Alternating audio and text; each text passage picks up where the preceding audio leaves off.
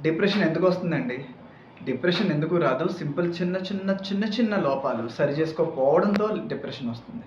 ఎందుకంటే సగటు పర్సన్ ఇంకో పర్సన్ మీద ఎక్స్‌పెక్టేషన్ ఎక్కువ పెట్టుకొని, ఆ పర్సన్ ఈ ఎక్స్‌పెక్టేషన్ తగ్గట్టు చేయలేదన్న ఒక రీజను.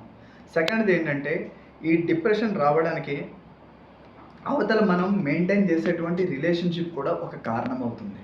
అంటే మనం బ్యాలెన్స్‌డ్‌గా థింక్ చేయలేనట్లయితే, అంటే ఏదైనా సరే మనం టేక్ ఇట్ ఈజీగా, అంటే నెవర్ గివ్ అప్ అనేది ఓకే.